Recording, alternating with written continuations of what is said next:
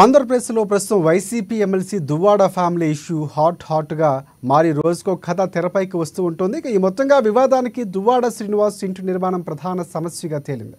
అయితే ఈ కొత్త ఇంటి నిర్మాణం విషయంలో మరొక ట్విస్ట్ నెలకొంది. తన ఇల్లు తమకేనంటూ కూడా చింతాడ పార్వతీశ్వరరావు సంచలన వ్యాఖ్యలు చేశారు. కాగా ఈయన కొద్ది రోజుల క్రితం దువ్వాడకు ఇంటి స్థలం అమ్మారు.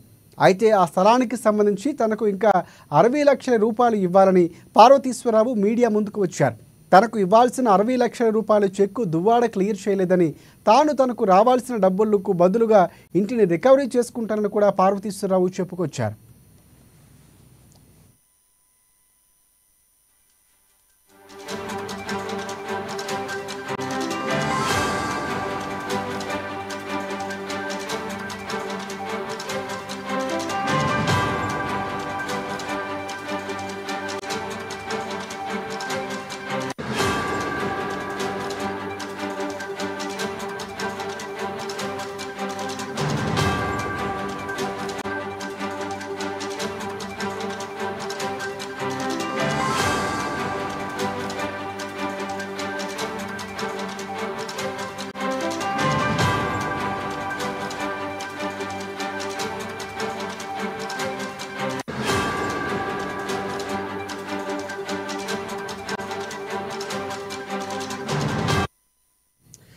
రైట్, ఆంధ్రప్రదేశ్లో ప్రస్తుతం YCP MLC Duvvada family issue హాట్గా మారి రోజుకొక కథ తెరపైకి వస్తుంది.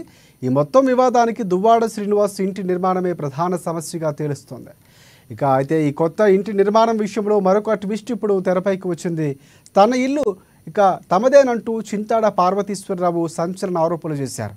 కాగా ఆయన తన కొద్ది రోజుల క్రితం దువ్వాడకు ఇంటి స్థలాన్ని అమ్మారు.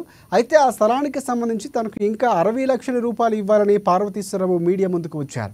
తనకు ఇవ్వాల్సిన 60 లక్షల రూపాయల చెక్కును దువ్వాడ క్లియర్ చేయలేదని, తనకు రావాల్సిన డబ్బులు బదులుగా ఇంటిని రికవరీ చేసుకుంటారని కూడా పార్వతీశ్వరరావు చెప్పుకొచ్చారు.